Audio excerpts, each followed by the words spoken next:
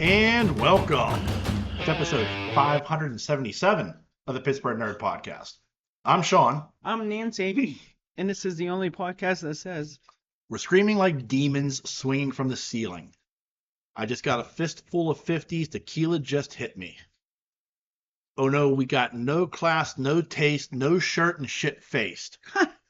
We got it lined up, shot down, firing back, straight crown. I don't know that. Oh, you should. I drilled this song into the ground many it's years a song. ago. Yes, I'm thinking it's a quote from a war movie. It's a song.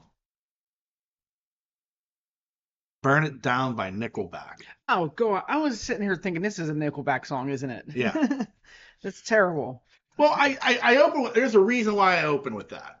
Okay. Okay. And first off, how are you? I'm good. How are Good. you? I always like to ask the co-host, how are they? I'm alive. Ian is camping this weekend. Oh, he's camping. Yes.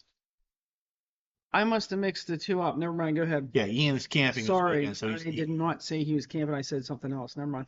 Yeah, no, he's camping. So he will not be joining us this week, which is cool. But I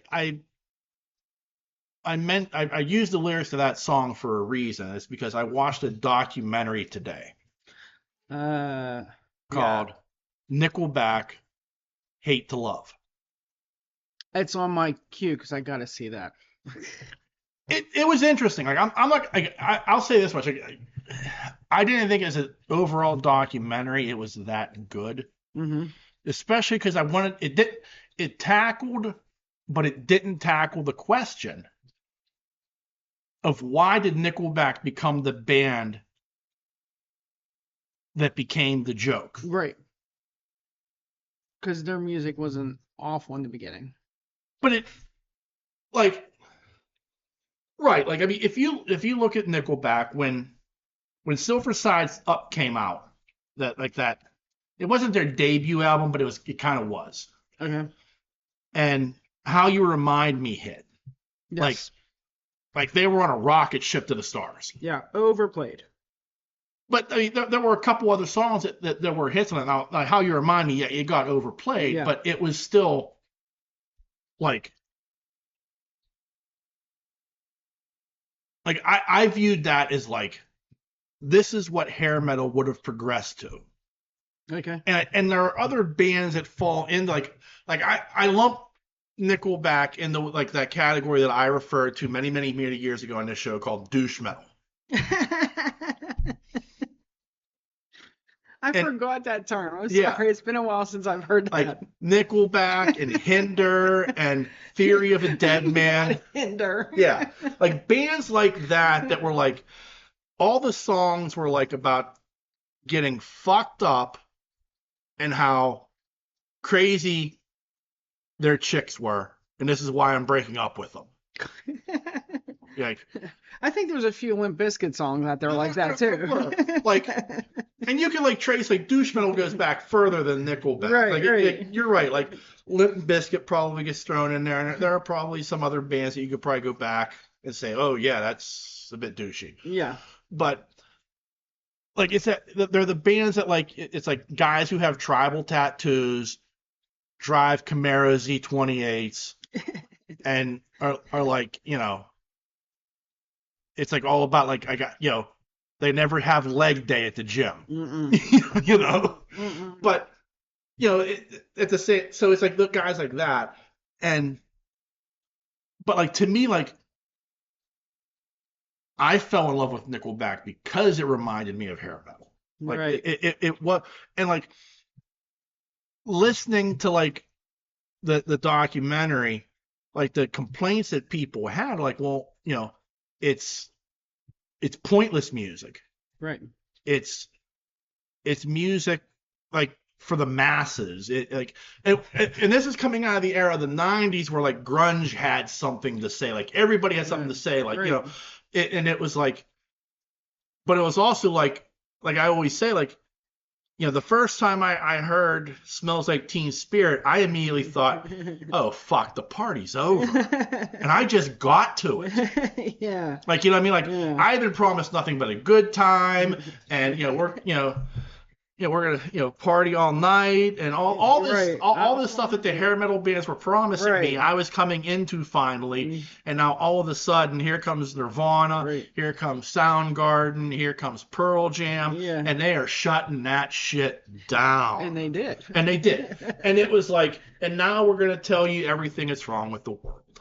Right. And I'm like, fuck, I don't want this. That's Well- why I listen to you too. But see, the lyrics, Nickelback lyrics are not why I stopped listening to them. It's formulaic. I don't know what you mean by Like that. like you're gonna tell me every song sounds the same, Not every song.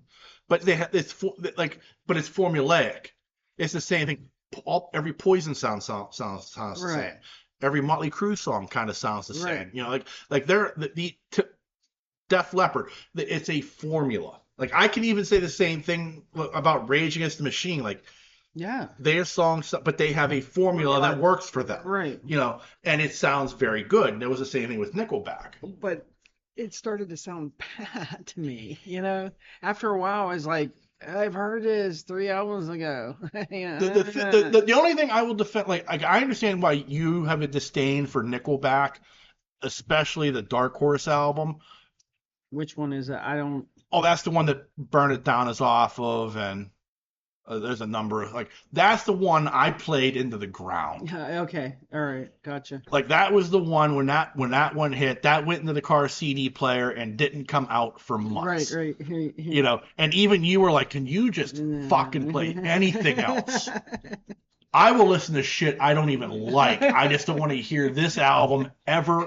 Like, I am surprised you did not just eject that from the CD player and throw it out the window. I played it so fucking much. Like, I will freely admit, I did drill that album into the ground. You did. But, like, to me, that was what I've been looking for a long time musically. Right. Like, and Nickelback has the distinction of being that band that got so popular so fast at the birth of social media. Right. So now, Mm-hmm. they're 3 albums deep. Mm-hmm. They're one of the biggest bands in the world. And now the hate is coming, and you can hear it because it's on social media. Right. Creed probably had the exact same backlash, only you didn't hear it because it was the 90s. Right. Like, Just like through other people or radio or whatever. Right. But it became that thing like with Nickelback, like because it was like the birth of social media, they became the band you hated. Right. For any number of reasons. Because you wanted to be the cool kid who was like, oh, I don't listen to shit like that. No, you do. I did at one time. Well, I'll admit it. I'm not saying you personally. I'm just saying in general. Like, you look at how many albums they sold, and it's like, well, you're full of shit. Like, well, let me ask you, how many times did we see them in concert? You and I saw them twice. I saw them 3 total. Okay. Because the 2 times you and I saw them, it was both with 3 Doors Down. Really? Yeah. My friends. My friend.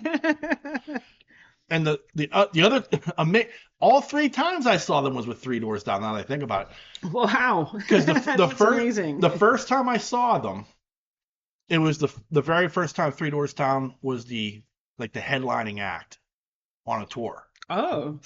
And so it was like still their first album, but they were headlining, and they headlined the one we went to. Yeah, because if you recall, we had to leave early. Yeah, but then they played the good shit. Right, yeah. But the first time I saw them, so it was their first album, and the 2 opening acts were Nickelback and the Clarks. Okay. And me and my cousin Jane went to the show. It was at Star Lake. Oh. So we're up on the hill, and the place is packed. And Nickelback was still, like, I remember listening to him going, they're interesting. I'm going to keep an ear out for them. Right. Because they still hadn't broke through yet. Right. I think they finished. I think like they with How You Remind Me with like the finisher, Oh. and it was like, oh shit, that's good. And then I heard it like a month later at a bar, and I'm like, that's my shit. That speaks to me. But I saw that shit live. the place is jam packed, and like Nickelback played for like 30 minutes, and then the Clarks came out, Ooh.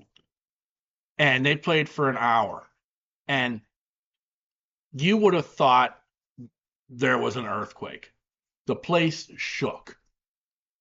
Like, it was amazing. And the Clarks were fantastic. Seeing them live in that big of a setting with that many people and the place erupting for every fucking song. Yeah. And when the Clarks finished, half the crowd left.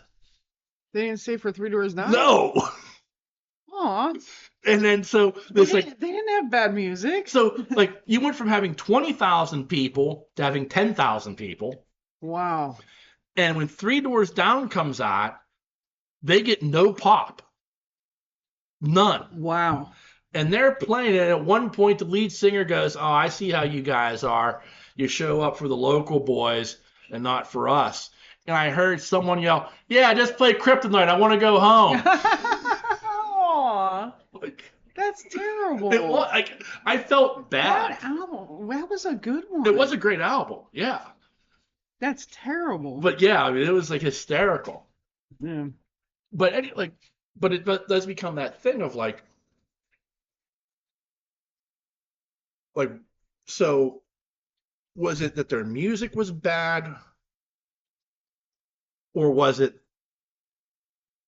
they were just the wrong place at the wrong time? Mm. Because I will tell you, I can't answer that. I'm sorry. No, it's tough for you. Yeah. Like, I'll tell you, like, I think they got so desperate that they did change their sound. Like, the album that comes out after Dark Horse, I don't like. Okay. Like, no, I mean, they've kind of gotten back. They kind of did like the Def Leppard thing of like, we're going to try to be grunge, and that didn't work. No. And they've kind of come back, and like their latest album isn't bad. Has there anybody on this earth that has ever been like, I'm just going to go grunge, and it actually worked when they weren't to begin with? No, I don't think anybody. Why do they keep trying? You can't. Either you're grunge in your heart or you're not. Because the problem became, at that time, it was change or die. Right. Okay. Like, in all honesty, like that 80s nostalgia hadn't had time to hit yet. Mm-hmm. So like a band like Def Leppard was like, okay, well, we need to pivot because the music we make isn't selling. Right. And if we want to continue to make music. Because like other bands weren't. Like, especially like bands that like, I remember like Jamie Lane from Warrant talked about like,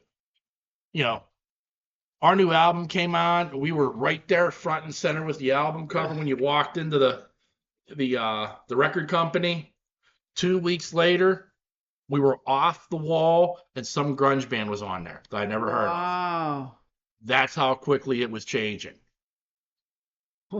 Like, I'm sorry, I don't like Jane Lane, so good for the better. but grunge kicked his ass, didn't right? It? But it was bands like that, like Warrant had 2 successful albums, and that third one flopped because it comes out after grunge. Like a band like Firehouse had 1 really good album in like 1991, and then again, bad timing. They're kicked to the curb. So why then was there bands that even came from the same city that weren't grunge that actually made it, like Queensryche? But I don't consider Queensryche grunge, and Queensryche came out well before the Seattle sound. But they did not start to become popular until around that time. No. Operation Mindcrime put them on the map. I don't know. A lot of people that I know got on with the one after that and then was like, oh, and then I went back and listened to Operation Mindcrime. Yeah, like Empire was a monster hit for Queensryche. Yeah, that was the one that everybody started hearing them on the radio so much. That was because before that there was just Silent Lucidity got overplayed. Yeah. And that's a fantastic album with, in my opinion, much better songs than Silent Lucidity. Mm-hmm. Right. But like Jet City Woman. But like a lot of my friends were already into. Oh, I was too. Right. I'm just saying everybody that jumped on board later was at that time. Right. But like Heart ended up getting lumped into all of that. I mean, and they were happy to do so. Mm-hmm. You know, Ann and Nancy Wilson went. That's what the '90s were when they did like the Love Monger stuff. Right. You know, Right. a completely different sound from Heart. Yes. But they did it. They didn't do it as Heart. Right. They did it as a Love Monger. Right. And it sounds really good. I like that stuff a lot. But which ended up on yeah, the single the soundtrack. single Yeah, soundtrack. yeah, their Speaking version of Battle of Garage, Evermore. yeah. But like it was like for hair metal mostly. Like it was like go away. Nobody wants to hear you. Like Gen X was turning its back on that music At that time. at that time. Right. Like it was only like now that Gen X is looking back going, I loved Poison. No, you didn't. Meanwhile, like I went like, and it's funny, like there were certain cities like Pittsburgh's always 20 years behind. It is. Like people will tell you that Pittsburgh is Actually, always it's like 20 years behind. yeah, 20 years behind. And like when I saw Poison, it was Poison, Cinderella, and Dokken, and it was at Star Lake, and it was sold out. Wow. And it was like Hardcores. yeah, I mean, and it was all like at that time in my 20s, it was people in their 30s and 40s mostly who were there. Right. Like there wasn't a lot of people my age. Right. So at that point, like they were starting to play up to their nostalgia. Yeah. But meanwhile, like our generation was embracing. At that point, it was still like Pearl Jam and Right. we were mourning the loss of Kurt Cobain and stuff Right. like that. Like it isn't until now where like I see like Gen Xers are like, oh yeah, I love that stuff from the 80s. No, just then why did you turn your back on it? Yeah, exactly. Like, you kicked it to the curb. You did. You honestly did. Yeah. Yeah, I love people these days when they say that. Yeah, I've been listening. No, you haven't. You can't fool me. Yeah. Not when it comes to music. You ain't fooling me. Fool me some other subject. No, I don't know. Cause like I didn't grow up listening to some of the stuff, our parents grew up listening to, but there's a few out there that I'm like, yeah, I like that. I've always liked that. Right. But it's not the same thing. I didn't turn my back on it, but it wouldn't have been my chosen one. Right. But like we're in that odd generation of like, it's like, what do you consider Gen X music? Well, most people will tell you it's anything in the 90s. Mm-hmm. Like that's when Gen X started becoming adults. That's the music Gen X listened to. Mm-hmm. Whereas with me, and I'll get blasted for this. Like I think Fleetwood Mac is Mm-hmm. Tom Petty, Right. Bob Seger, Bruce Springsteen. Right. I think so too. Like it was the 70s, Mm-hmm. a lot of it, in the early 80s. But like to me, that's the music I grew up listening to. Mm-hmm. I also listened to Motley Crue and Poison and Def Leppard Mm-hmm. and Bon Jovi, like all that stuff, and I Depeche Mode and Duran, like whole genres. Yeah. Like notice there's no country on either list. No. But so like to me, like it's always like a 3-decade deal. Yeah. Because it's like, well, you grew up in the 70s. You were born here, you grew up here, you became an adult here. It's right. a 3-decade. Right. So like I was listening to my parents' music in the 70s, yep. loving it. I get to the 80s, right. I'm finding my own musical tastes. Right.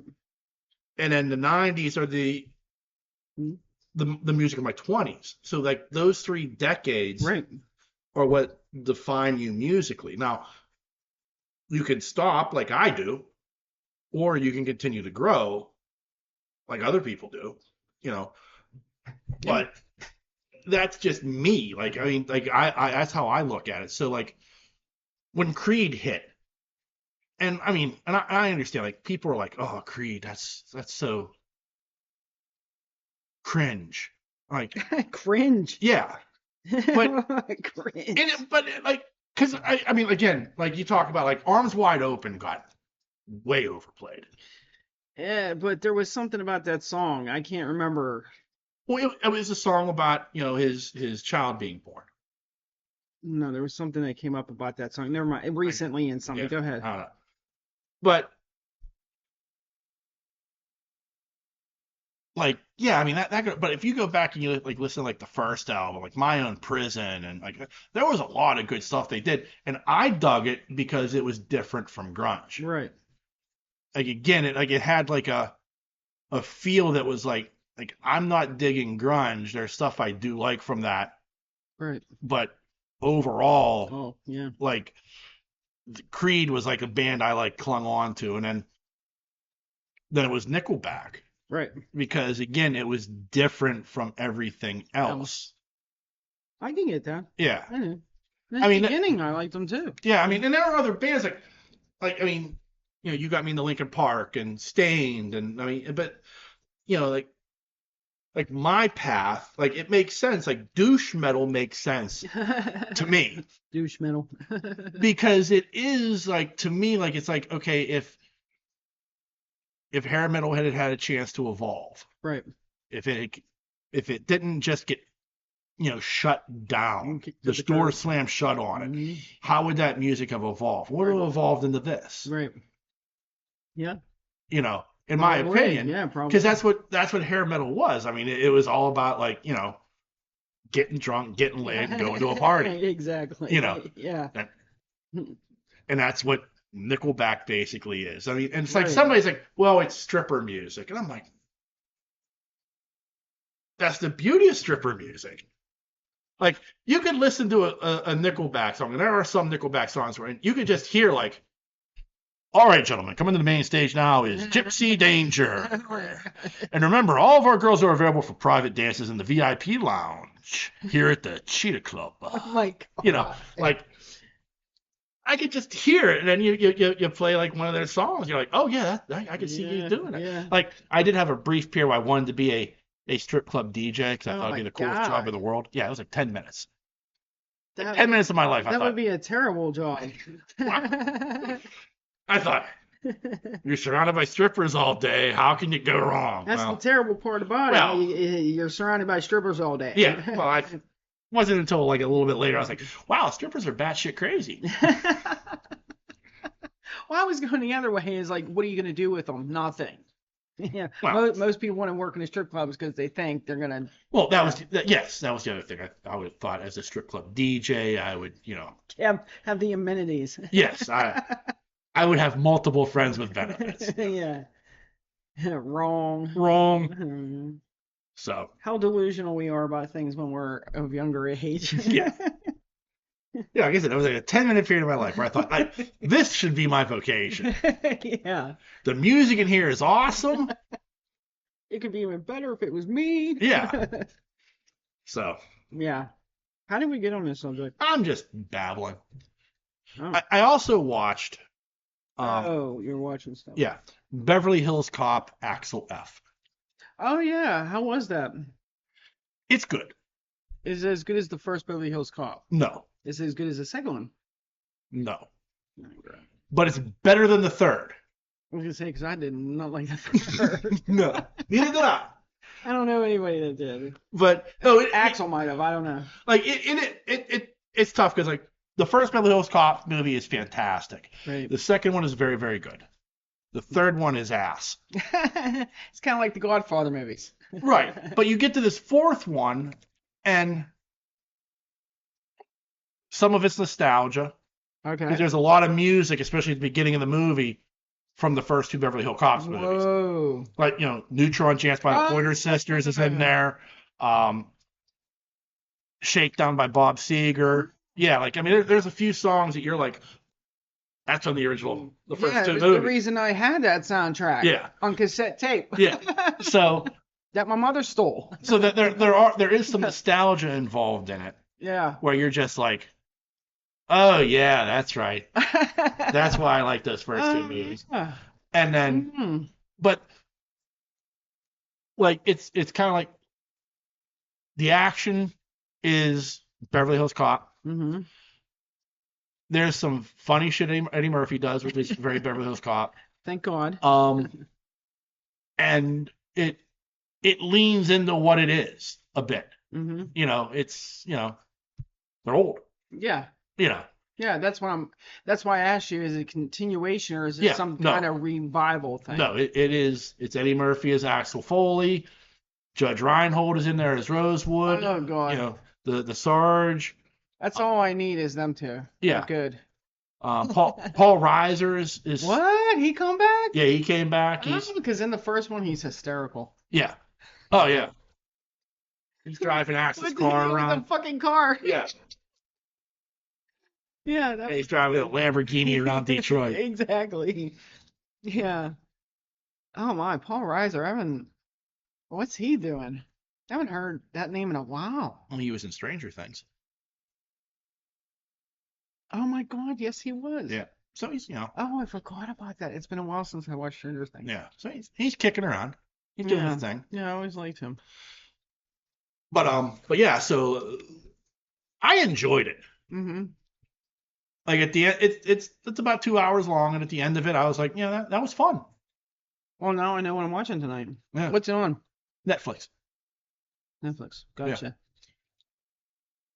Okay. Yeah. Yeah. Huh? I was wondering what I was gonna do tonight. Well, there you go. I'm gonna watch a movie. I'm glad I could make your night. You know what's weird is I just watched that and I saw it again, or I saw it before. I saw it again. Eddie Murphy's in it. Heist, the heist with Ben Oh yeah. Stiller. Yeah.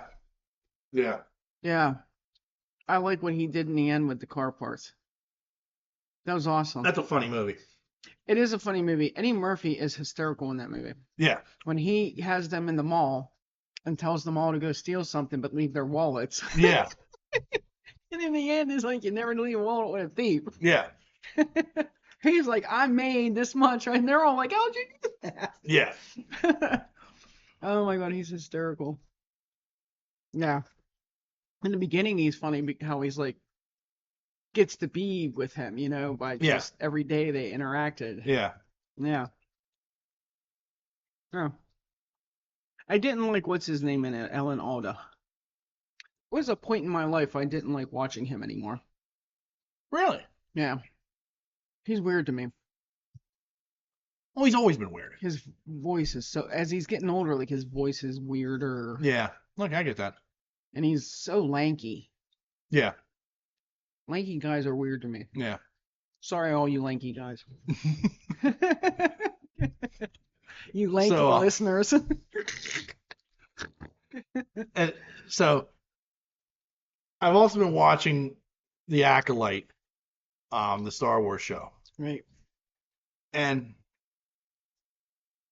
like Fed roasted us last week. He's like, yeah, you guys haven't talked about it. Well, Ian's not watching it. But for me, it's so I'm watching the show, and I'm having a hard time giving how I like it because I feel like I need to get to the end to really make a decision. Okay, well, first off, you need to explain to me where in the Star Wars universe is this, because I have no inkling about this show. I just heard of it. It's 100 years before the Phantom Menace. Oh shit, we're going back even further? Yeah. Man, I just want to move forward. Why do they keep going backwards? Fucking Star Wars? What some of the interesting things about it though is like I was very intrigued to see what is the Jedi Order like at this period? Like what is Oh, there was probably all kinds of backstabbing and shit back in too. There's no timeline. You can't tell me all Jedis were loyal. No. But there's the Dark Order shit came up for a reason. Right, but so at this point there is a Sith right in the show. And it's kind of like, in the Phantom Menace, Kali Al-Muad'Dib, the cone-headed one, Yes. he's the one who's like, there hasn't been reports of a Sith in over a millennia. Well, he's alive 100 years before that, and bears witness to somebody saying, yeah, there's somebody who's been trained in the Jedi arts who's not a Jedi. And he's just like, oh, yeah, we got to cover that up. Oh. Yeah. Did they know that, or is this a... Wait. First of all, I'm going to ask a really stupid question. Okay. In Star Wars, because I know you're saying 100 years, in Star Wars, that is that time frame like it is for us. Yeah. Okay. Yes. I'm just making sure. Right. I mean, because Yoda was fucking old. Okay. Yeah, he was 900. Yeah. So, I don't know what they call it. Right. So, like, yeah, I mean, it's it's like 100 years. Yeah. Okay. All right. So, but I mean, so like, it's stuff like that, like, so. So I'm sorry. So I can't remember the answer. That's a fuck up, or it is purposely put like that. Well, like, it makes you think, like, okay, so Kali Al-Muad'Dib is on the Jedi Council in the Phantom Menace, Mm-hmm.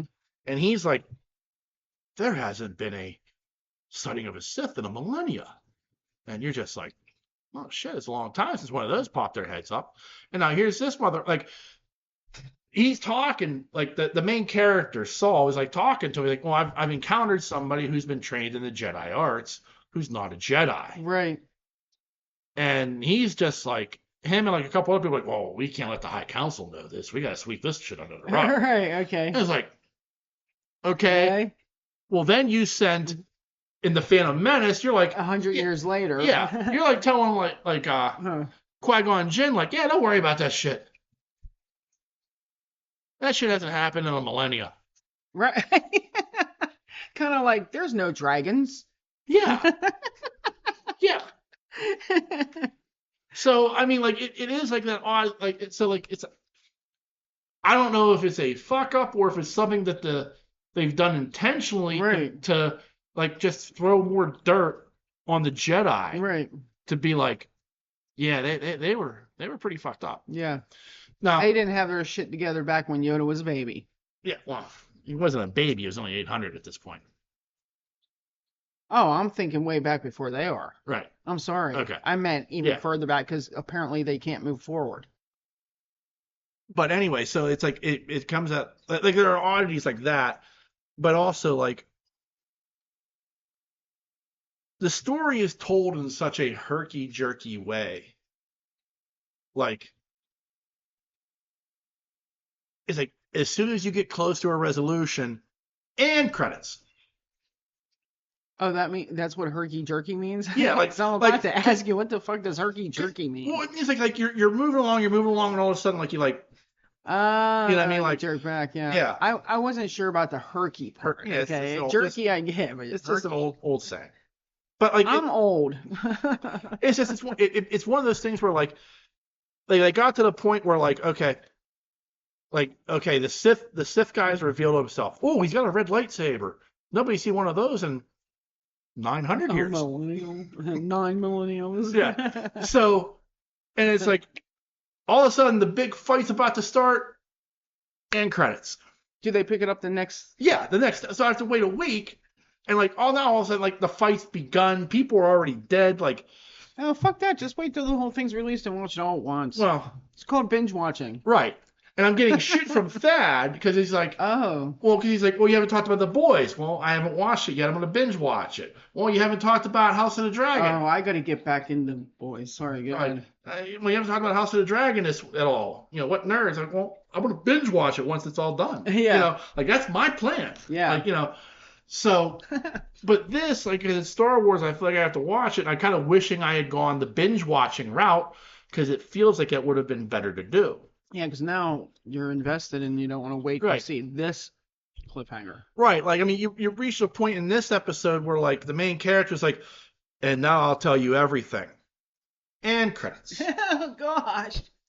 How many episodes are out? I think 7 or 8. And there's gonna be 10? Yeah, I think so. Oh, at this point you might as well just fucking watch it. Yeah. Yeah, I mean, I'm more than halfway through it, but it's just it, and like I know, and somebody even mentions that I'll read this email. This is from Jimmy. No, I don't want to do that. I want to do there. Leave that there. Is this a new listener? Relatively new. Yeah, I believe this is the Max Rebo experience on Twitter. Oh. And he gives his thoughts on the Acolyte. He's a very big Star Wars fan. Obviously, he's pretending he's Max Rebo on Twitter. Who's Max Rebo? You remember in Jabba's palace the blue elephant-looking guy who was playing keyboards? Yeah. That's Max Rebo. That's kind of badass. I like that guy. Okay. Well, every time I watch it, I look for him. Okay, there you go. Yeah. I mean, I look for the whole band, Yeah. but he stands out. He's blue. Right, because it was Max Rebo, and then there was Cy Snoodles, who was the lead singer. Yeah. I can't remember what the third guy's name was, but yeah, there's like let's take it. Do they know the guy, the name that had the? What in the cantina in the first movie? Yeah. Oh yeah, all those guys have names. Oh. Gee. Like I can't tell you what that is off the top of my head. But yeah, like all those because they all had Star Wars cards. Wait, which one was his daughter in? Whose daughter? George Lucas. You showed me his daughter in one of those bar scenes. She's in I think the episode 2. Oh yeah, that's right. She's in those movies. Yeah. Poor girl. So so Jimmy writes in, he says, his thoughts on the Acolyte. He says, first of all, I think it's not bad. I don't hate it. I don't think it's ruined my childhood. Well, Jimmy, I will say this. Like, I don't hate it either. I don't think it's ruined my childhood. I hate that that's the standard. Like, with Star Wars fans, that's the standard. I hate it. You've ruined my childhood. Oh, no. How? I don't know. Like, I will tell you, like, the Rise of Skywalker is a bad movie. It didn't ruin my childhood. No. It's a bad movie. But I'm saying it doesn't ruin my childhood because it wasn't released in my childhood. Right. I'm watching it as a fucking adult. How has that ruined my childhood? It started with the prequels. Like, people were like... That did not ruin my childhood. Like, people were It just destroyed 6 hours of my life. People were all like, oh, George Lucas, he's pissing all over my childhood with these movies. And then, like, when the sequel trilogy came out, like, oh, J.J. Abrams and Rian Johnson are pissing all over my childhood. Like, I don't even understand how that could possibly have anything to do with your childhood in the 70s, because that's when the first Star Wars was released. I have no idea either, but that's the standard, and I hate that that's the standard. People need to get the fucking grip. I could not like it and still like Star Wars. Yeah. Like, I hate to break that to you. Right, exactly. He says, I do think it comes off as a young adult High Republic story with dashes of Glee and Twilight. Wait, are we talking Glee the show and Twilight the movies? Yeah. Oh, I will never watch this show. Except I like Glee. Damn it. There's no singing, though. But it's the Twilight. Well, that's the parts of Glee I liked. Okay. Non-singing parts. Here's where I jumped the shark. Knowing the activism of the showrunner and producers, I see the story of May Osha, which they're twins, as an allegory to gender dysphoria. She is, or was, depending on what happens in the last 2 episodes, a Jedi born in a witch body. The Jedi show up and want to help her live her true life, and her parents don't want to listen to her wishes. Those are his thoughts. I will tell you this, Jimmy, and I will tell you, dear listener, anybody else that's listening, I, with Star Wars, don't go that deep. Like, but you know all the goddamn names of the. But like what? This is what I mean by it. Okay, like if you watch the Matrix movies, okay, I watch them for the surface level stuff only. Ah, yeah. Okay, if you dig deeper into that, you can find stuff about religion and like and gender, and even though like the Wachowskis at that time weren't that way, like it was clear that was part of their DNA. Right. And you can see like there's all sorts of metaphors throughout those movies. Agreed. And they even talk about it and I've heard them talk about it later on, like, wow, we didn't even realize we were digging into that, but that kind of is there if you look at, but I don't watch those movies that way. I watch them as straight action movies. Yeah, entertainment. Yes. I'm not looking to dig any deeper than what it is on the very, very surface. Me neither. If you do that, I have no problem with you doing that. No. So it's the same with this show. Like, I get what he's saying, and you talk like the showrunner has come out and she is very, we're making the gayest Star Wars show possible. Okay, but at the same time, if you watch it on the surface as a Star Wars show, I'm not getting that. Okay. Just because that's not what I like. Like, you could talk about, and Lucas has talked about, like, the first Star Wars movie is a metaphor for the Vietnam War, and the prequels are about his statement about, like, the government, and like all like you can look at that and you can see, if you dig deep enough or want to dig deep enough, that there are metaphors about what Lucas is talking about in all of his movies. Right. But at the same time, having watched the original Star Wars movies as a kid and not realizing he was trying to make a statement about Vietnam through science fiction, I could care less. Not that I couldn't care less. I wouldn't have understood that as a child. I had. You keep getting caught. I would not have recognized as young as I was at the time it was released that was something to do. Right. So it wouldn't be that I didn't care. Right. I just wasn't aware. But I watched Star Wars for the surface, for what it is. But that's me too. Right. And I'm not looking, like, there are times where I am looking for that deeper meaning of something. Mm-hmm. Star Wars isn't it. No. I'm with you. Right. But not Star Wars. It would be anything like that, the Avengers or, Aquaman or. Well, I mean, like, it's the same Batman and all that. I'm not looking for anything deeper than the entertainment value. It's the same thing as the Bryan Singer X-Men movies. Mm-hmm. The first X-Men, the first three X-Men movies. Yes. It was a gay metaphor. I don't know what you mean by that. Well, like, in the second movie, after the mansion gets attacked and Wolverine goes off with the kids. Yes. And they go to Bobby's parents' house. Yeah. And Bobby reveals to him that he's a mutant. Mm-hmm. At one point, Bobby's mother asks him, well, can't you just not be a mutant? And that's and then in the third movie is The Cure. The Cure for Mutanism. And there's, some people feel that there's something wrong with them and they need the cure. Right. Other people don't feel there's anything wrong with, that's Bryan Singer made 3 movies as a gay metaphor, which I have no problem with. I see. I never seen that. Exactly. That's not because I'm not looking at it from that standpoint. No. But also, if you go back, the original reason for the X-Men was about racism. Right. Only Stan Lee was using mutants as the stand-in for racism. Right. There's always been a level of activism in comic books. So I understand why Bryan Singer did what he did, because it makes sense for those characters to do something like that with. Right. However, I'm not watching it that way. Right. I got the message later on, in fact. Later on, I heard Bryan Singer talk about it. I'm like, oh, shit. Okay, I get it. You're right. But I didn't watch those movies looking for that. No. I was just looking for comic book entertainment. Yeah, that's it. Stan Lee always made the statement, like, the great thing about Spider-Man's costume is anybody could be under there. Right.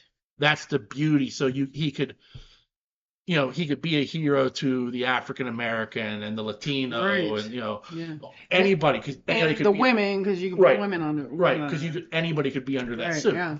So, like, yes, there's always been a level of activism with comic books. I mean, but at the same time, if you're not really looking for it, you're not going to find it. No. And that's me.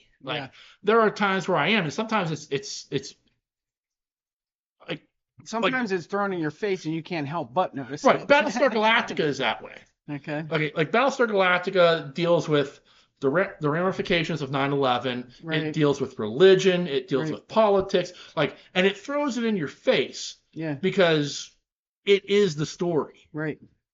I don't mind that because it is the story. Right. You know what I mean?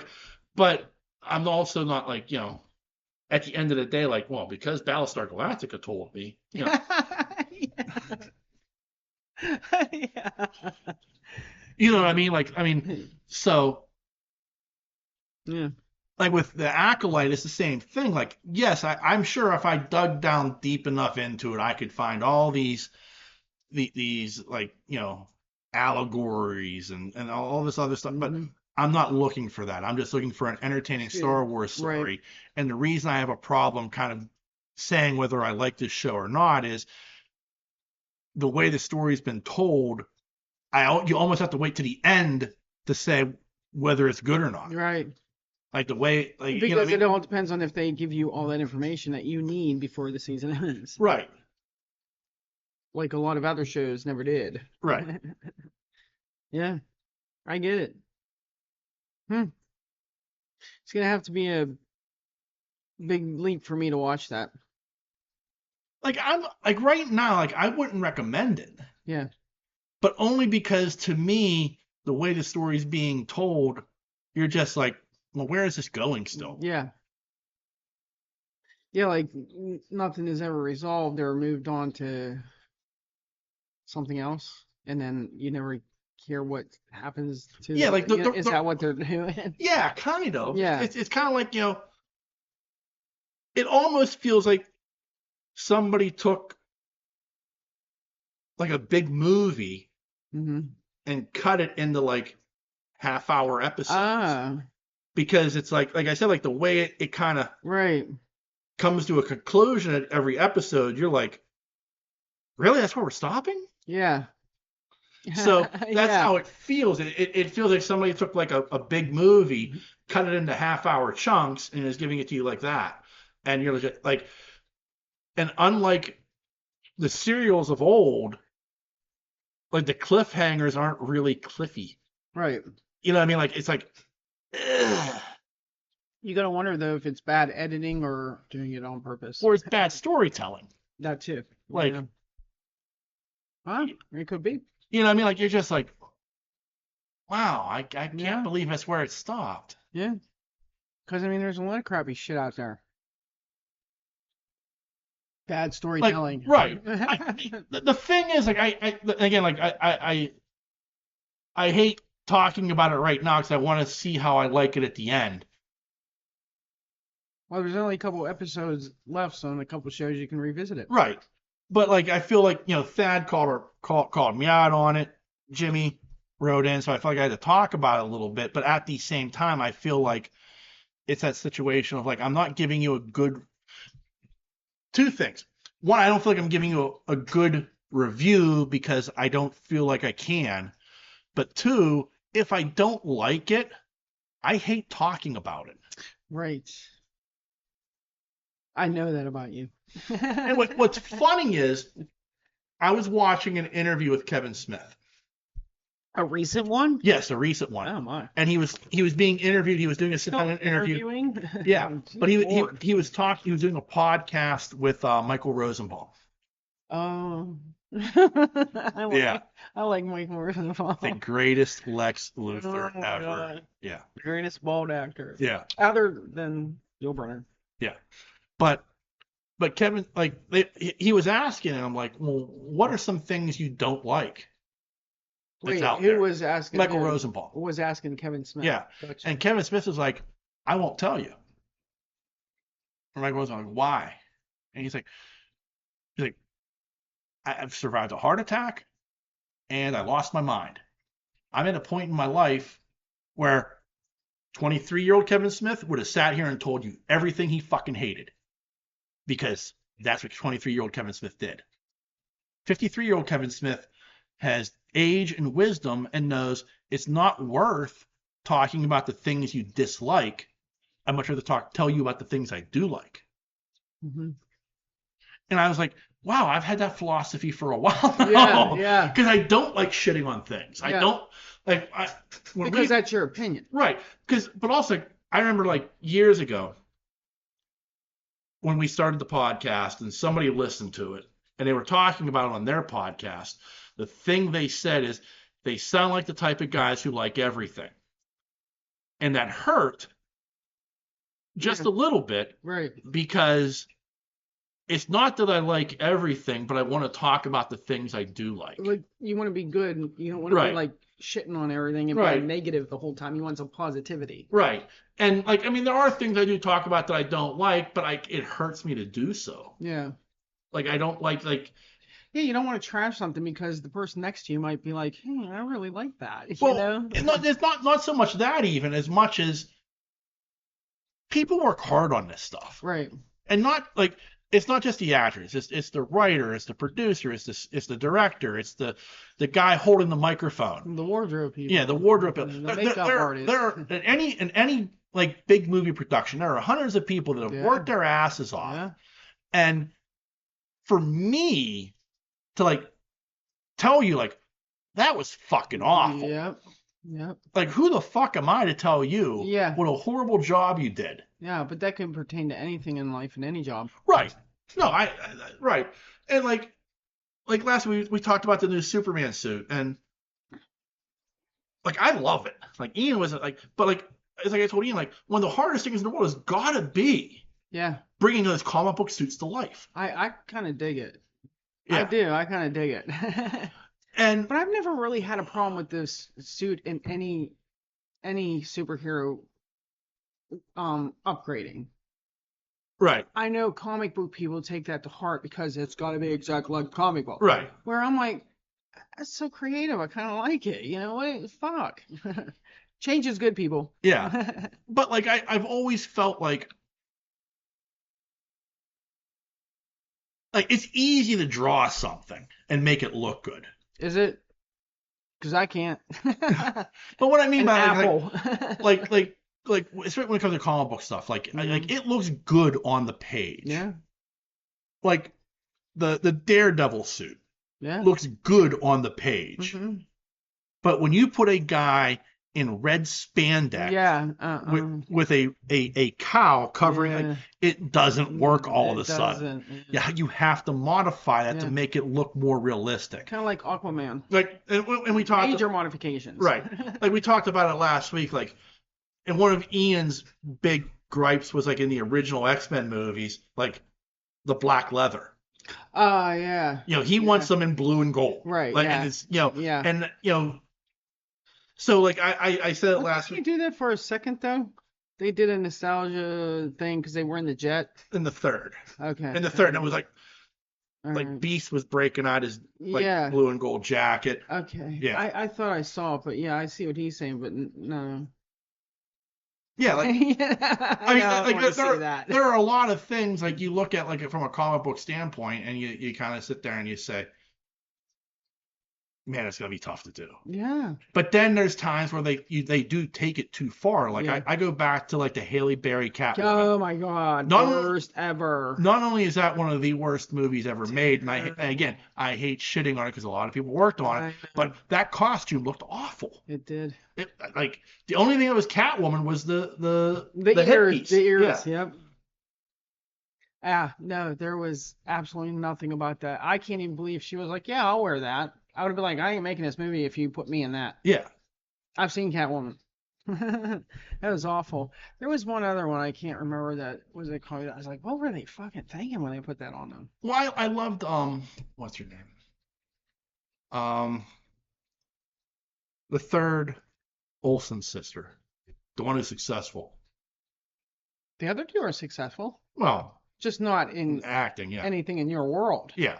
Anyway, I can't remember her name. She played Oh yeah. Scarlet Witch. Yeah, Scarlet Witch. Yeah. But she talked about like in playing Scarlet Witch, she was like, at some point, can we get me out of a bustier? Yeah. My tits are always Things up and out. Yeah. Yeah. You know. Yeah, can I just be a normal human for a second? Yeah, so that would have to be hard with Yeah. like Superman and below his waist. You know, can we not do what they do in the comics with that? Well, but but here's the funny thing. Like me and Ian talked about this last week.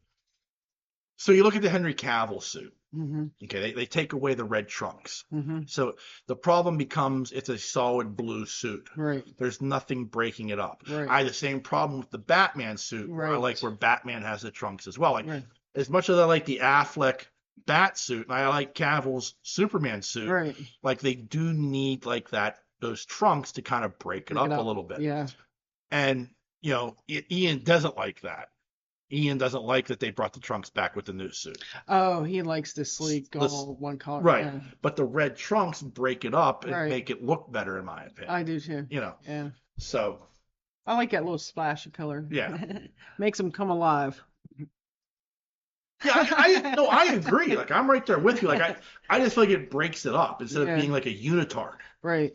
Like I hate like the New Orleans Saints, their home uniforms. Oh, I've seen those. Yeah, but it's the black jersey with the tight pants, and they're all black with no striping on it whatsoever, and then black socks. Right. So it looks like they're wearing like a unitard. Right. Yeah. And it looks bad to me. Right.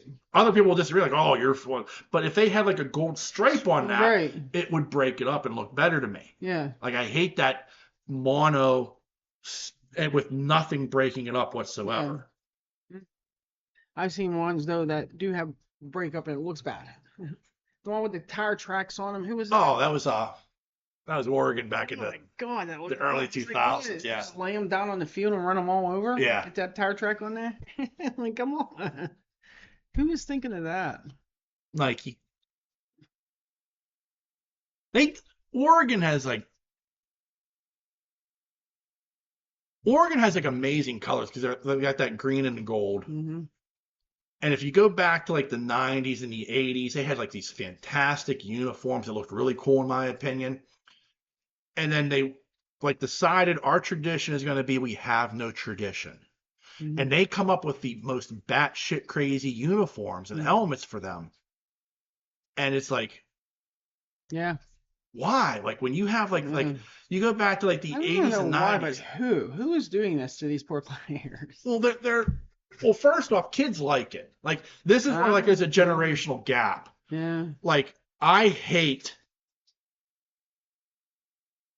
like alternate uniforms that have nothing to do with your uniform, like your school colors or team colors. Like there are teams like they have these. Like I should be able to turn on a game without looking at the score ticker, be able to determine who's playing. Right. Relatively easily. Right.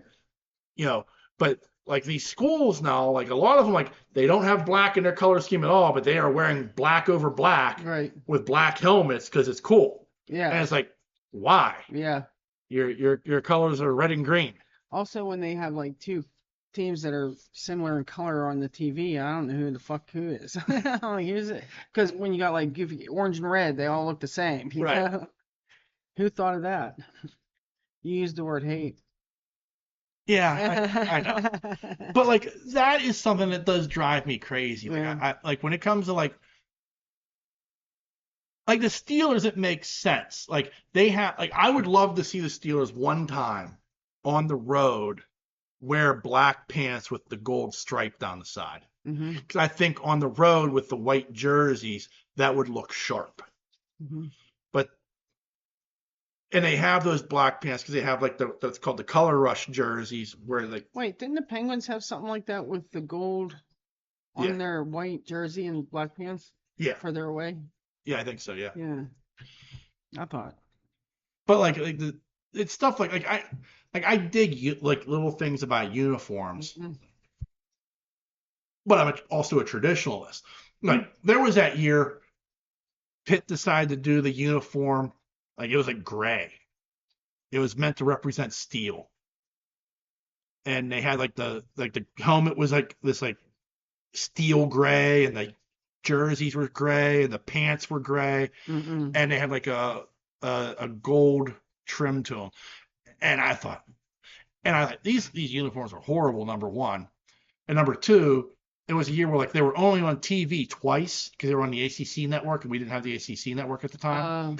And both times they were on national television, they wore those fucking uniforms. Yeah. Oh, And that God. was like after they had transitioned to like the bright blue and the Yeah. bright yellow and like the old school look with the bright yellow helmet. And I'm like, why the fuck are you on national TV Right. playing Notre Dame in these Oh. pieces of shit? No, Notre Dame. Oh yeah.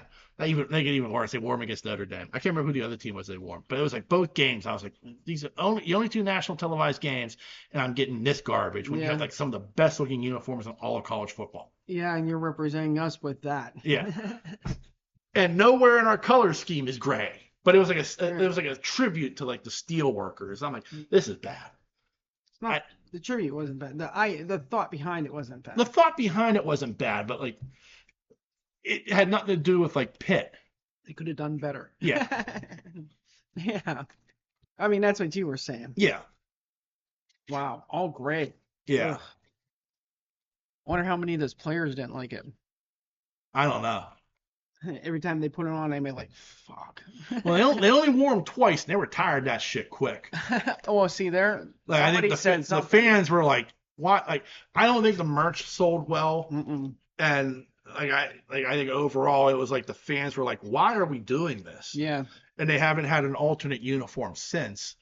I think they're coming one this year where they're gonna go all white helmet, white shirt, white pants. They're gonna like an icy. It's expensive being fans of sport teams if you're like collecting their, stuff like that, because you got to do not only keep up with every time they change their uniform, but away and home is totally different. You know what I mean? Like, that's gonna be a pain in the ass and expensive. Like, we're lucky that we live in Pittsburgh where like the Steelers haven't changed their uniform. Like we still call them like the new uniforms, and they've been wearing them for almost 30 years now. Oh wow. It's. But they changed the design in that. Not really, no. Really? The curved numbers, the Steeler logo, the stripes on the shirt, like some things have changed from the standpoint of how the shirt is built itself, but the design elements haven't changed in 30 years. Oh. Mm. Yeah, but you know me, I'm not a Steelers fan. Right. But you compare that to, and I'll bring them up just because they're the prime example, the Jacksonville Jaguars. They change their uniforms every 5 years. That's what I'm talking about. Like, that's ridiculous. Yeah. Like, especially when, and I hate to say this because you'll smile, they had some badass looking uniforms when they first hit the scene. Yeah. I loved those Jacksonville Jaguar uniforms when they first like why they changed those, I will never know. Yeah. But they had a smooth look that I thought was badass. Yeah. Especially with that patch. Yeah. Like they had the Jaguar on the sleeve and everything. I was like, yeah, that's pretty fucking cool. All right, so I'm sure people are tired of hearing me yammer about football uniforms. It's Pittsburgh nerd, not Pittsburgh sports. Yeah, yeah. I'm sure that's why we lose half our listeners. The Pittsburgh listeners. Yeah. So let's jump in the old mailbag. Oh wow! Already. Yeah. Superfan Thad does have a write-in. Woohoo! Now I'm going to give you some context. Okay. Last week we were talking about the works of James Cameron. Oh. And me and Ian both agreed that Avatar is not that good. Okay. So that one, I will jump to the readable part. First off, I will say that before Hawk Tuah Girl made it popular, and you were doing it as well, the Iron Sheik was the original Hawk Tuah. You'd say, he'd take the microphone and say, Iran #1, Russia #1, USA, Hawk Tuah. Okay. So I'm embarrassed to say that I just found out what that was yesterday. Yeah. They were talking about it at work, the young ones, and I was like, "What the fuck are you guys saying?" And they told me, and I'm like, "Yeah, well, you're not on social media like that, so." Not really anymore now. Here and there, I dabble. Yeah. So, Thad says, to say Avatar was not a good movie, how dare you? Way better story, 3D, and watchability than Godzilla -1. I bet Nancy agrees. Oh no. No, no. Are we talking the original Avatar? Yeah, It was garbage. I could that thing hurt my eye so bad. Because remember how it was built up to be this right. big film, different. It hurt to watch it. Yeah, I couldn't concentrate on the storyline. I will give it one shining moment. Actually, two. Wait, one. Wait, no, two. Michelle Rodriguez yeah, and Seth Green. yeah. I will give them two their due. I always like he's right from a special effects standpoint. The 3D to me was amazing, It hurt my. I couldn't stand it. but Don't you remember I sitting remember, there? yeah, I'm like, I don't like this on yeah. my eyes. It's hurting me. But I'm sorry. Like as far as story goes, No. Godzilla -1. Yeah. Yeah. No. I wouldn't say. Okay, I'm going to take back the garbage. I'm not going to say Avatar was garbage Right, because I know probably how much. I don't know. I'm guessing he. I know he put a lot of money. I'm not saying I know how much. right, I can't imagine the amount of work that went into that. I can't. right, I'm just saying I'll take back the garbage. It's not garbage. I just don't think it was that It wasn't interesting enough to keep my interest, right, and it hurt my eyes. I couldn't concentrate. right. But to compare it to Godzilla minus one, are you out of your mind? You got to be out of your mind. Yeah, You got to compare it to something else. yeah. You can't compare that. I would never ever give Avatar any due compared to that. No, sorry. It's Godzilla. Right. Well, like, here, Thad's problem is this. Because he told me in a text he didn't care for Godzilla -1 because he doesn't like when Godzilla's the bad guy.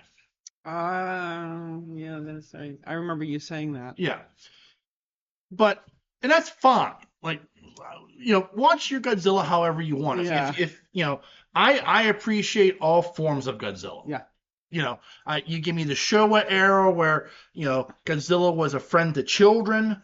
I'm down with that. You give me the modern stuff with from America, the MonsterVerse, where, it's gone from being kind of serious to being batshit crazy. Like it's gone the way it has gone the way of the Fast and Furious movies. Right. Where like it started off as a very serious movie and Skull Island was very serious, Oh, yeah. and it has slowly, Yeah. more quickly progressed to how batshit crazy can we make this?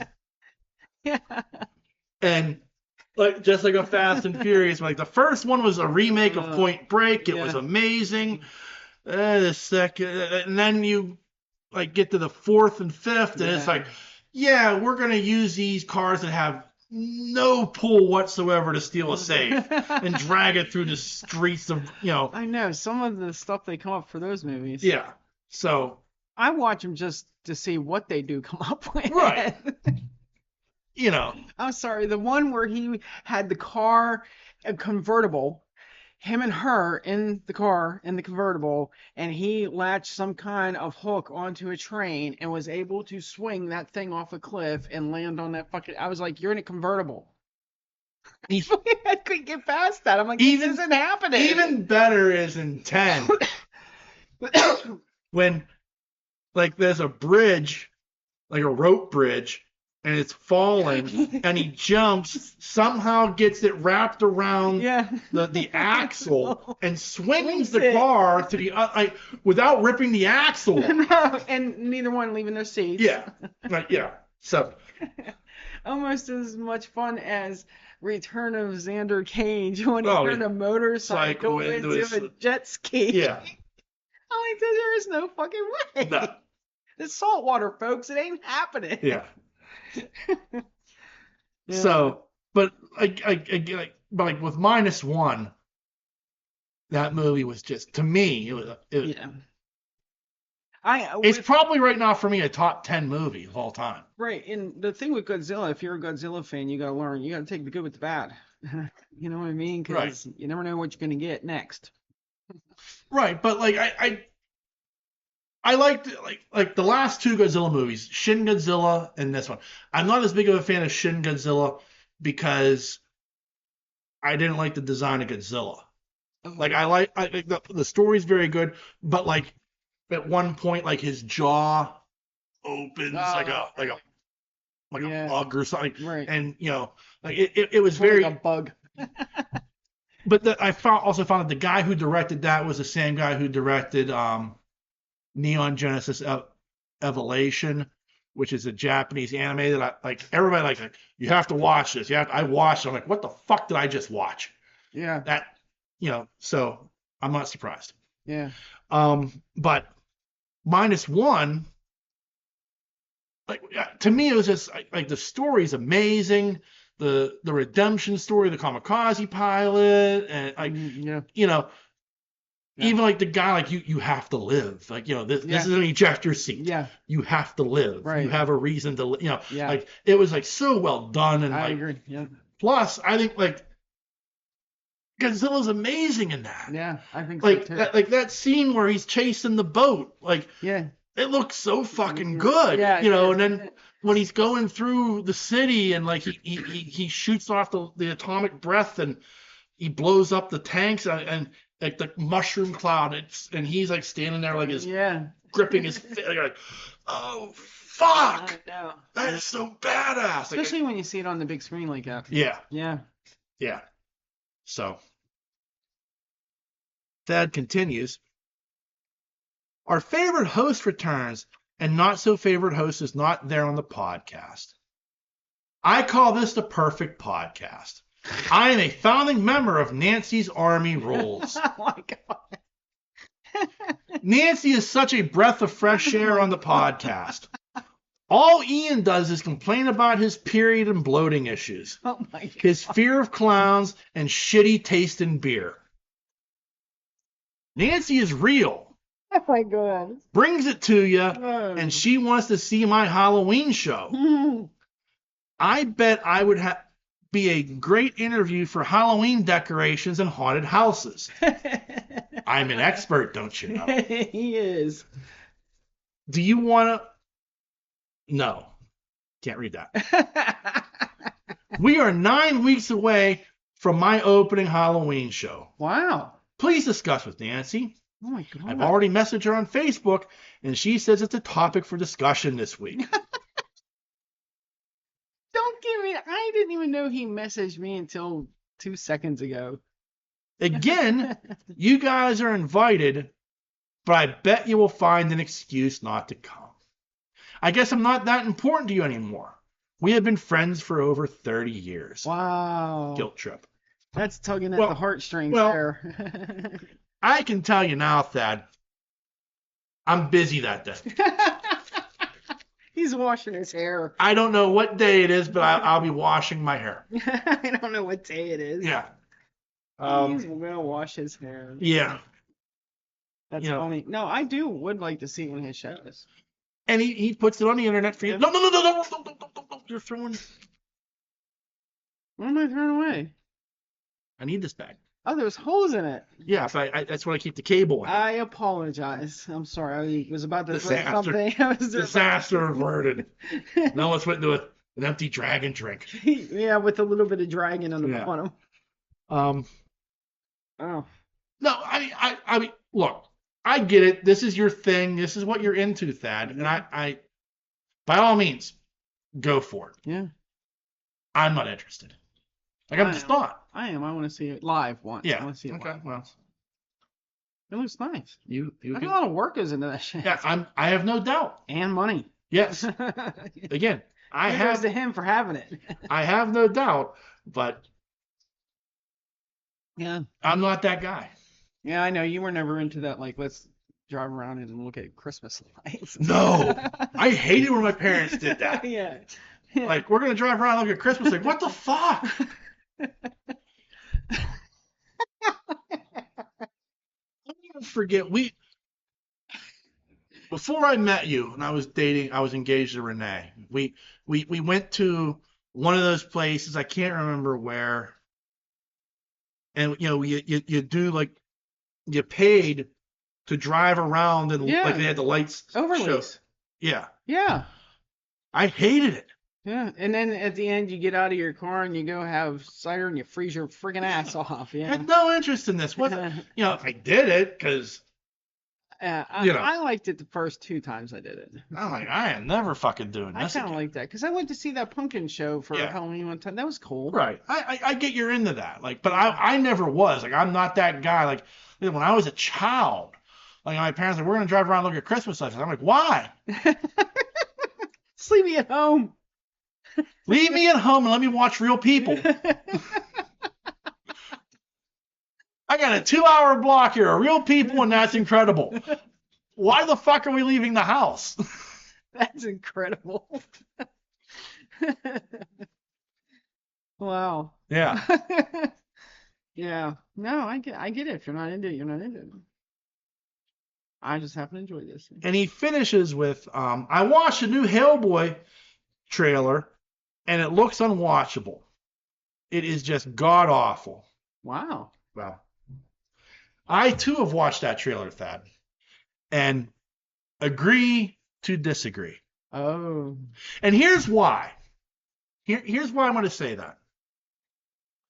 I have read the comic books. Right. Not extensively, but I have read Right. quite a few Hellboy books.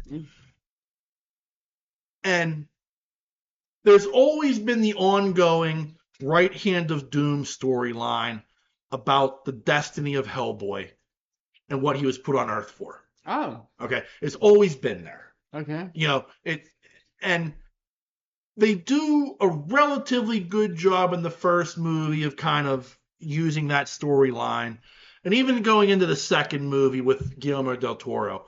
But there's also a part of the Hellboy comic books that have these standalone stories that are straight up horror movies. Right. It's a straight up horror tale. Jeez.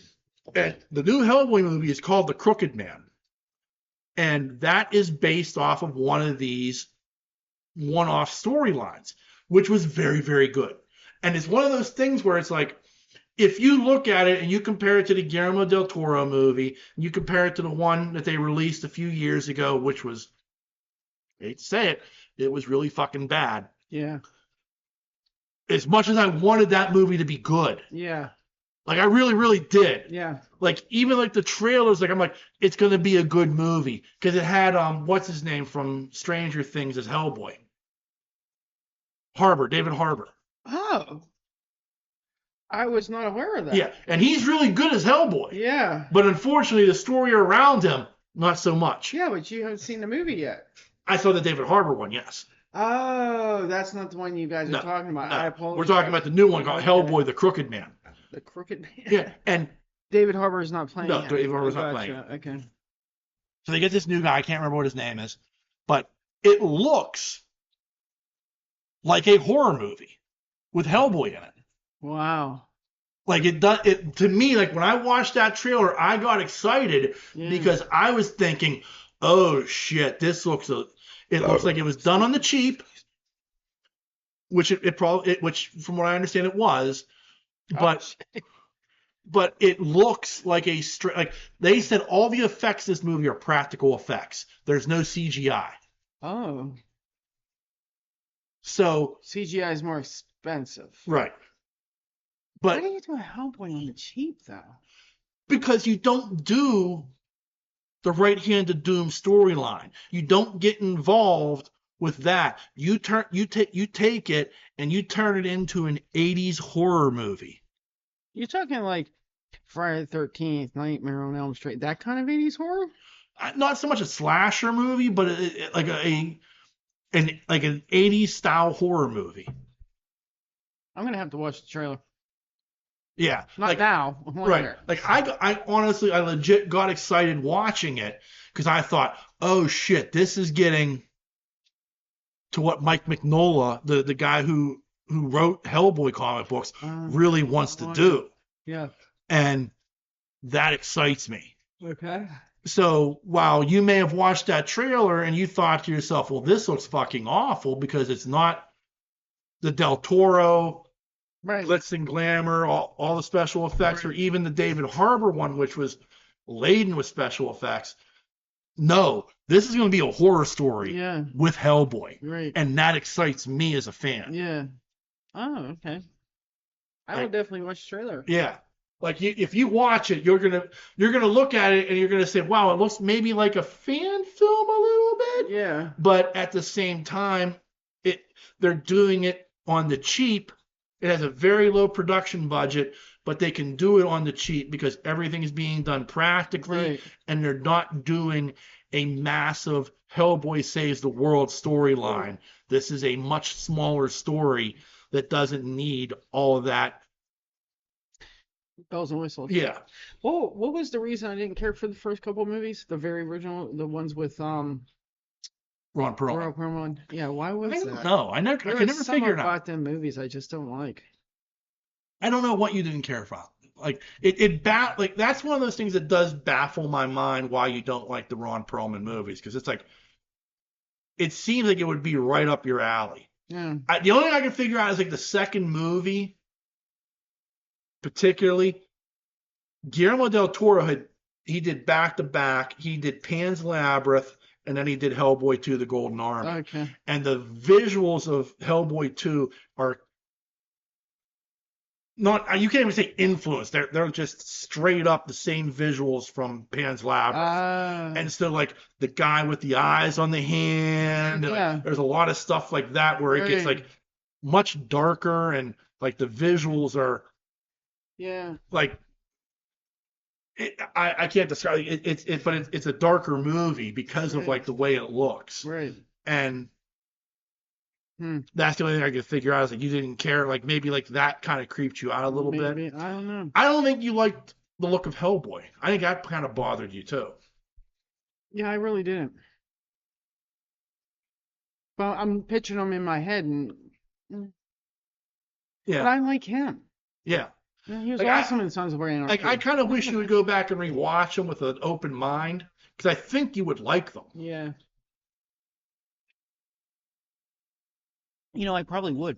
Yeah, Now that they're coming out with this. yeah. Yeah. Because like those two movies, like especially But I also want to see the one with Harbor in it. I had no idea he was in that. I will say this, it's worth watching to see David Harbour play Hellboy. Yeah. And it bummed me out that like the story wasn't that good. Yeah. And it because he was really good as Hellboy. Like I was like, oh man, he Yeah. knocked this out of the park. And I wish they had done a better job with the story that you could continue with him. Right. Like everybody wishes Guillermo del Toro would make a third Hellboy movie, Yeah. but like Ron Perlman's in an age where I don't see that happen. Nah. Like Nah. I can't see him spending days in that makeup. I would say all that makeup. Yeah, Yeah, but but they do that sometimes a lot too. Like they put somebody in the costume, and you're just like, they give them a bad storyline, and then they have to move on to somebody else as that because everybody's associating that bad storyline with that bad actor when it wasn't Right. even the actor. You know what I mean? It's like, Brandon don't do Roth. that, huh? Brandon Roth, Right, exactly. he was fantastic as Superman. Yeah, but playing the part that he had to play. I mean, right, Creeper Superman was a little Yeah. off-putting, yeah, but at the same time, like I thought Brandon Roth was really good as Superman. right. It's just I think you made a better Clark Kent. Yeah. no, I agree, but I thought he was very good as Superman. Yeah. And Henry Cavill, same thing. Like I thought he was very good as Superman. I liked when he was Superman. Right. But Oh, me too. they're moving on. Me too. Yeah. Oh, I know. I know. But Tom Welling will always be my favorite. I'm sorry. I like Tom Welling. Because he was never Superman. Well, at the very end, you saw him in the suit. Yeah. Don't give me that. I saw him in the suit. I got 5 minutes of Tom Welling. I in the don't suit. care. I saw him in a damn suit. He's Superman to me. Now, if he would have never put that suit on, I'd been like, you're right. But no, I'm sorry, Tom. Because Tom Welling gave me a lot of story. Yeah. 10 years of story. And he gave me the best Lex Luthor ever. Yeah, I can't deny that. Yeah, I'm sorry. It just Can't they deny go that. hand in hand with it. Yeah. I'm sorry. You give me a shitty Lex Luthor, I'm not gonna like your Superman. Sorry. So hold on. So Lex Luthor from the Snyderverse. Is that the one with the guy from Facebook? What's his Yeah. Yeah. I it's not that I don't like him. I don't blame Jesse Eisenberg. Is that his name? Jesse Eisenberg. Exactly. I don't blame him for that because I think he's a fantastic actor. I do. I know he's like uh, kind of a one-note actor, Right. but I like him. I'm sorry, I like him. So making him like that Lex Luthor did not bother me. The only thing that It bothered me, didn't. the only thing that bothered me about that Lex Luthor was it was kind of the same thing as like what I felt they got wrong with Christian Bale's Batman. Batman will be Batman no matter what. Right. Okay. But the thing I got wrong with Lex Luthor is that Lex Luthor can't command a room. Right. Like I understand the way they were coming at, like he's young, Yeah. he's hip, Yeah. he's eating the Skittles, Right. This is Luthor Corp. It's kind of Right. like Google with all like Yeah. all that. So I get the direction they were trying to come at Yeah. with it, but Lex Luthor is a man who, like, when he walks into a room, he commands Oh, it. absolutely. Jesse Eisenberg's Lex Luthor couldn't do that. No, but I think for that period of time where they had him in there, I liked it. Right. The only thing I can say is that he seemed to force it a little. Yeah. Or maybe a lot to some people. To me, it was a little because that his one note acting is like that. Like there was the scene he had with that senator, and they were talking about, the painting of Dante's Inferno. Oh, yeah. Like I thought that was really well. Yeah. Like that, I like that Yeah. scene a lot. But there's a lot of it that I was just like, man, this isn't Lex Luthor. His mannerism wasn't Lex Luthor. No. But again, I'm not blaming that on him. I'm not blaming it on him. They cast the wrong actor. But I'm not going to say it was a bad Lex Luthor because of that. Well, The storyline with him, yes. well I'll say he's a bad Lex Luthor because he was miscast. Right. Like that's the problem with that character is they miscast him and they got somebody who wasn't a powerful force. Like if they had gotten the guy from Breaking Bad and Malcolm in the Middle. Oh, I almost said Walter White. Yeah, Walter White. Yeah. Give me a second. I'll think of his name. Go ahead. Brian something. Cranston. Bryan Cranston. Like I wanted him to be Lex Luthor in the worst way. Yeah. Because he would have been that guy who could have walked in and commanded a room. You would have, like, Michael Rosenbaum's Lex Luthor could do that. Oh, hell yeah. And he had. Like, the version of Lex Luthor in the Adventures of Superman cartoon that Bruce Timm did in the 90s and into the 2000s. Like, that version of Lex Luthor was voiced by Clancy Brown. Clancy Brown was the Kurgan in Highlander. Right. That version of Lex Luthor, because he had that deep voice. Yeah. You could like picture him like commanding a room, commanding respect. People would back down from him, Yeah. I'm not disagreeing with you. I'm just saying that he did not bother. Right. But he bothered me because he was miscast. Okay, that part bothered me, but he doesn't bother me being in the movie. I'm Right. sorry. Like as an actor, I don't have a problem with Jesse Eisenberg. Yeah. I just have a problem that he was cast as that character. Okay. And Nicholas Hoult is the new Lex Luthor, and I'm very intrigued to see how he plays. Oh. I don't know. Wow, I'm not seeing that one at all. Well, we are talking about the dude that played Beast, and I don't see that. The thing I love. But then again, I didn't see Kelsey Grammer as Beast either, and he fucking blew it out of the ballpark. Yeah. Yes. But the thing I love, or hit it out of the ballpark. The thing I love though is one of the first person he talked to was Michael Rosenbaum. No shit. Yeah. Haha. He's like, I am going to talk to the greatest Lex Luthor. I would say he's the greatest Lex Luthor. Yeah. Like, how do you play this character? You shave your head. Vote it first. Yeah, don't be wearing that wig shit. Yeah. Remember, he shaved his head. Yeah. Everything but for the season finale, series finale. I respect that. Yeah. I always liked Michael Rosenbaum, though. Yeah. Even in that cheesy movie he was in with Tara Reid, what was that? They put the dog in the microwave. Was that Sorority Girls? No. Sorority Urban Legends. Urban Legends. Got Jared Leto in it. Yeah, they put the dog in the microwave. Yeah. His reaction to that. I'm sorry, I can just see that. I loved him in Sorority Boys. Oh shit, yeah. I forgot about that one. Yeah. Oh my god, yeah. That's so good. I forgot about that one. Yeah, he's a good actor. Now what's he just podcasting now? he does his own thing. Like he's Yeah. like, I'm kind of, if I want to act, I'll find something. Do my podcast. I know he's also doing a podcast with Tom Welling where they're rewatching I heard Smallville. about that. I heard about that. I should start listening to that. And I can just imagine the stories they would tell them about being on set with each other with each. yeah, Because wouldn't you just watch the show along with it? yeah, that's the point of it. Okay. It's a watch along. Like you watch the episode and you On watch, mute. or no, you watch the episode then you listen to the podcast. Oh, okay. All right. Yeah, I should start doing that. yeah. But yeah, I guess. But yeah, he does his podcast thing. He says he dabbles in music a little bit. Like he kind of does his thing. Like he's a guy who has found peace. Like apparently, like he had problems and yeah, but he's like, I found peace. I'm good. Wow. Good for him and whatever lucky lady landed that one. I think he's still single. Absolutely not. Michael Rosenbaum is not single. I don't care what the internet says. That dude is not. That boy is too fine to be single. He is not single. My.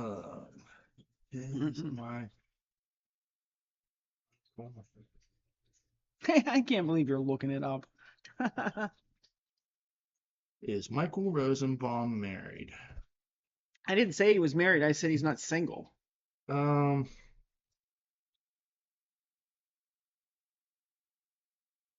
Let's see here.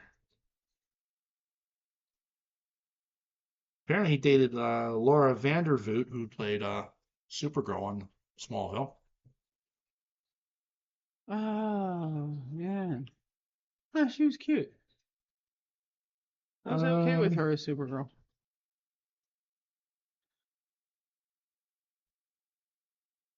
Doesn't matter, Sean. Yeah, it doesn't matter. It's not like I stand a chance with him. Well, based upon his dating history, I would say no. No, absolutely. So wouldn't even be a head turner. Yeah. Well, and I'm okay with that. I do wish I had gone to the Steel City Con he was at. Yeah, I know. Like that's one of my regrets. Yeah. Like I wish I had gone to that con. Like Mm-hmm. then I went to Price, got his autograph, and Tom Welling. Yeah. Yeah, that would have been nice just to see the two of them in person. Yeah. Yeah. Don't know if I could have handled it. No, you would have. I would have stood from afar and watched you go up. And You would have freaked out. yeah. Yeah. Yeah. Yeah, I think Darby Allin was enough for a while. Yeah. I don't know if I can handle any more famous people. Well, who is the one that's coming to Steel City Con now? I showed it to you, and I was like, Oh, yeah, I can't remember. Is that it? When is that? In August? Usually there's one in August. I think so, yeah. Steel City Con. Celebrities attending. Oh, Jared Padalecki was the one I. Oh, I wouldn't be able to handle that for any amount of money. Oh, yeah. It could be free, and I wouldn't be able to do it. Yeah, this is Nancy's, like, you would just freeze up in the middle of the con because Jared Padalecki's going to be there, Ralph Macchio, and William Zabka. Ralph Macchio. Yeah. Holy fuck, would I like to see him? I don't know if I could. I don't know if I could, relax enough to do that. Also, Mark Summer. What? Yeah. The germaphobe? Yeah. He does Comic Cons? Apparently. What's he in a bubble? I have no idea. Oh man, I love watching him on Double Dare. Yeah. Wow. Ralph Macchio though, man. Oh my god. Yeah, the two big names. Actually, there's a number of big names if you really. Weird Al Yankovic will be doing a signing. I met him. Did you? Get the fuck out of here. I met him. You met Weird Al? Yes. When? He was in what park? He was doing stand-up in an amusement park when I lived in Florida. And he was like doing an act in the pavilion and stuff for like a weekend at Weird Al. Yeah. What park was that? And we happened to be there on that day and we got to meet him. I just stood there, shook his hand, and didn't say a fucking word because the way he shakes your hand is like Yeah. limpy, Yeah. or did. I don't know if he Yeah. changed his style, but it was limpy. Yeah. So I was like, I don't like that. Yeah. Even back to, I just have never liked the limp shake. So I was like, you are weird, and I moved on. But everybody I was with was like gushing over, and I'm like, yeah, it's Weird Al. Wow. He sings, a lot of weird shit. I don't have a problem with him. Right. I just don't go out of my way to listen to him. Right. Neither do But if I. he's on the radio, I don't give a shit if you Yeah. listen to him. You're gonna be like, oh my god, turn that off. Because I mean, it is interesting to hear some of the lyrics he came up with, especially back in the '80s. Yeah. And that was in the late '80s, early '90s, whatever. Yeah. God, what park was that? Yeah, he was there doing a show for the weekend, like Friday, Saturday, Sunday. Yeah. Yeah. Also, Helen Hunt. I, Paul Reiser and Helen Hunt on Yeah. one show. How One show, about that? Martin Sheen. Martin Sheen? Yeah. Martin Sheen. Yeah. Their dad. The Martin Sheen. The Martin Sheen. Yeah. He's doing Comic-Cons? Yeah. What is that dude, like fucking 100? He's old. He can't be that desperate for money. I'm sure. I don't know, but I mean, yeah. That or he just wants to stay in the limelight. Maybe. But how could we ever forget Martin Sheen? Yeah. I mean, come on. Don't worry, dude. We will not forget you. He's my president. Exactly. Exactly. Yeah. Priscilla Presley's going to be there. Wow. This Comic-Con is going to be one I do not want to be around. Yeah. Jennifer Grey. Oh, shit. Jesus Lord. Oh, God. Could you even recognize her? I wouldn't even know which one she is unless it says Jennifer Grey. Marissa Tomei. What? Yeah. Her and Ralph Macchio would be the price of admission. And Elizabeth Shue. Oh, they're going to have the whole Karate Kid lineup. Yeah. Martin Cove is also going to be there. Oh, my God. Can you imagine the lines for that? Yeah. And Tanner Buchanan, who's in Cobra Kai. Right. Mary Mouser, who's in Cobra Kai. And Yoji Okamoto, who's the Japanese guy from Karate Kid Part 2. Okay. Yeah, so this is a very heavy Karate Kid. The very last woman, I don't know who that is. I know who Tanner is. Who's Mary the other one? Mary Mouser is Ralph Macchio's daughter in Cobra Kai. Gotcha. Okay, yeah, the one that kicks ass Yeah. and never takes names. Yeah. Yeah, I like her. Well, she got a little wishy-washy for a minute, but I got over that. Yeah. Because, I mean, she's Ralph Macchio's daughter in the show. You gotta like, Right. if you're a fan, you gotta like it. And also Erica Durance. Lois Lane from Smallville. Oh. Yeah. I kind of liked her. Yeah. I crushed on her hard on Smallville. Yeah, you did. Yeah. Yeah.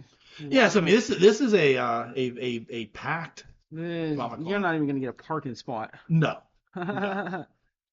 You can park in the next city and walk over, start the next day before. God, Like you- Priscilla Presley? No wrestlers. No, I said Priscilla Presley. Yeah, Priscilla Presley. Yeah. What the hell is she doing Comic-Cons for? I don't know.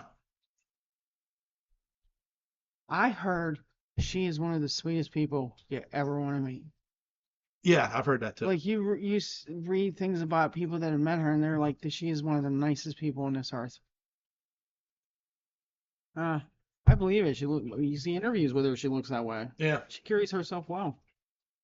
I mean, considering she was married to Elvis Yeah. Presley and went through that, Right. that she's really put together. And also was in the Naked Gun movies. Yeah. Rest in peace. What's his face? Leslie Nielsen. Yeah. Yeah. All right. Well, is there anything you'd like to add to the proceedings there? No, I'm just thankful you asked me to step in for Ian. Well, thank you for stepping in for Ian. Mm. And remember, there are a number of different ways you can reach out and touch us. You can send us an email like Thad did and Jimmy did. Yeah. And that email address is pittsburghnerd@yahoo.com. Just to you. Do not send any more to me. Yeah. You can also find us on Facebook and Twitter. Just search Pittsburgh Nerd Podcast. We're very, very easy to find. And we are on a number of podcasting networks. You can find us on the Tangent Bound Network, the Weepy Geeks Network, and the Pod Breed Network. Just give them a Google search. You can find all the great podcasts they have to offer. And lastly, as always, want to thank you, dear listener, for taking the time to check us out each and every week. We can't thank you enough for your support. And so on that note, the dreamer has awakened. See ya.